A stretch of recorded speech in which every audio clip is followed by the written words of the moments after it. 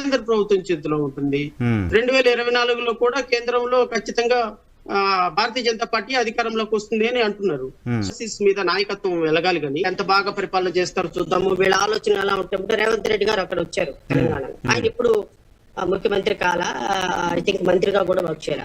ఆయన పరిపాలన ఎలా ఉంటుందో అనేది యాంటిసిపేట్ చేద్దాం, అంటే మార్పులు వేయడానికి.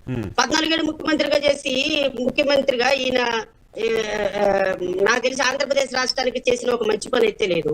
ఇలాంటి ఆయన ముఖ్యమంత్రి అయితే ఏం ఎక్స్పెక్ట్ చేస్తాం మనం? పోనీ ఇంకోటి కూడా ఎక్స్పెక్ట్ చేయొచ్చు, నేను ఇప్పటి వరకు చేసిన తప్పులు నన్ను క్షమించండి, నేను రియలైజ్ అయ్యాను, 55 రోజులు జైల్లో ఉండటం వల్ల నాకు జ్ఞానోదయం అయింది, ఇక్కడ నుంచి నేను మంచి పరిపాలన చేస్తానని అన్న చెప్తే అట్లీస్ట్ మనం ఐఎస్ ఆయన మళ్ళీ వస్తే ఏదైనా చేస్తాడేమో అనుకోవచ్చు. సో మధ్యలో డిస్టర్బ్ చేశాను. యాక్చువల్గా మీరు అన్ఫార్చునేట్ ముఖ్యమంత్రి అయితే ఏదో చెప్పబోయారు.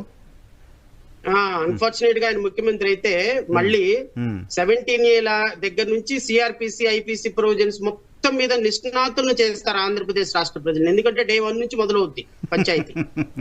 నేను ఆంధ్రప్రదేశ్ రాష్ట్ర ముఖ్యమంత్రిగా ప్రమాణ స్వీకారం చేసుకున్నాను అన్న దగ్గర నుంచి అరెస్టు మొదలవుద్ది. నరసింహరావు గారు చూడండి, మీరు చూడండి, ఆంధ్రప్రదేశ్ రాష్ట్ర ముఖ్యమంత్రిగా అక్కడ ప్రమాణ స్వీకారం జరుగుతూ ఉంటుంది, ఇక్కడ ఎఫ్ఐఆర్ కాపీలు రెడీ అయిపోతే రిమాండ్ రిపోర్టులు రెడీ అయిపోతాయి.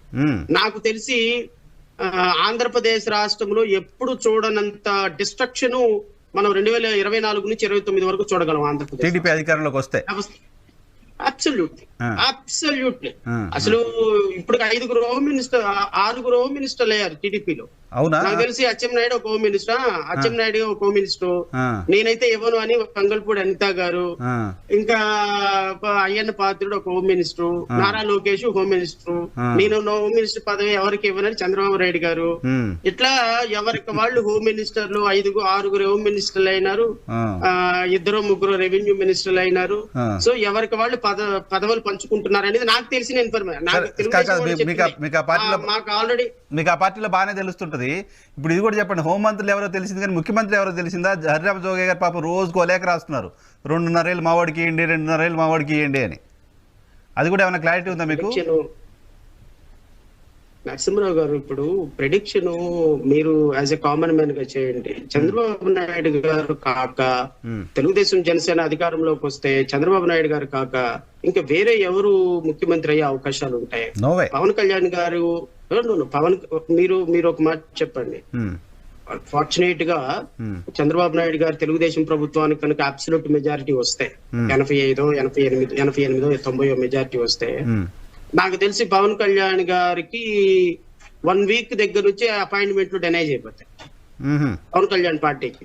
అసలు ఇప్పుడు మాట్లాడే మాటలు, నా తమ్ముడు లేకపోతే జై పవన్ కళ్యాణ్, ఈ మాటలన్నీ కూడా అప్పుడు అంటే పవన్ కళ్యాణ్ గారికి వీటి మీద అవగాహన ఉంది, కాదనటం లేదు, కానీ కాకపోతే పాప ఆయన షార్ట్ టైం మెమరీ వల్ల ఎప్పటికప్పుడు ఆయన అవమానాలని మర్చిపోతూ ఉంటాడు, ఆయనకి జరిగిన పరాభావాలని మర్చిపోతుంటాడు. అది ఆయనకు ఒక వరంగా పరిగణించబడింది. సో అందువల్ల రేపొద్దున ఈ 2 పార్టీలు గెలిచిన తర్వాత, ఒకవేళ గెలిస్తే, గెలవు 99.9% నా ప్రెడిక్షన్ లో వీళ్ళకి అధికారం వచ్చే అవకాశం లేదు. ఒకవేళ గెలిస్తే మాత్రం రాష్ట్రంలో అన్ని విధాలుగా ప్రతిపక్షం మీద మళ్ళీ ఒక విధమైనటువంటి ప్రతిపక్ష మీద పోరాటం చేయటం, ప్రతిపక్షాలను అరెస్ట్ చేయటం, వీళ్ళిద్దరి మధ్య పంచాయతీలు రావటం. సో ఆయనేమో నాకు డిప్యూటీ సీఎం ఇవ్వాలనంటూ చాలా జరగొచ్చు. మేబీ అసలు వీళ్ళిద్దరు కలిసి ఎలక్షన్ వరకు వెళ్తారో లేదో, లెట్ us see. ఇది ఇంట్రెస్టింగ్. ఇప్పుడు భారతీయ జనతా పార్టీ జనసేనను టీడీపీ దగ్గర నుంచి బయటికి తీసుకొచ్చే ప్రయత్నం కూడా చేస్తుంది. జనసేన ఒంటరిగానే వెళ్తుంది, జనసేన బీజేపీ కలిసి వెళ్తాయనే ప్రిడిక్షన్ కూడా ఉంది, దానికి లాజిక్ కూడా ఉంది. అదొకటి. నరసింహరావు గారు, మీరు అంటే పాలిటిక్స్ మీరు చాలా అబ్జర్వ్ చేస్తున్నారు, చాలా క్లోజ్ గా మూవ్ అవుతున్నారు. రాష్ట్రాల్లో ఏం జరుగుతుంది, భారతీయ జనతా పార్టీ ఏ విధంగా 10 తలల పాము ఏ విధంగా కబళిస్తుంది రాష్ట్ర ప్రభుత్వాల అధికారాలని ఈ మధ్యకాలంలో మీరు చూస్తుంటారు.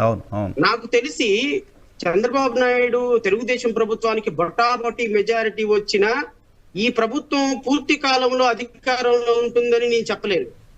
ఎందుకు అంటే ఎజుమా మూమెంట్ అంటే నేను దీన్ని కొంత హైపోథెటికల్ గా నేను చెప్తున్నానేమని మీరు అనుకోవచ్చు. హైపోథెటికల్ గా నేను చెప్తున్నాను అనుకోవచ్చు.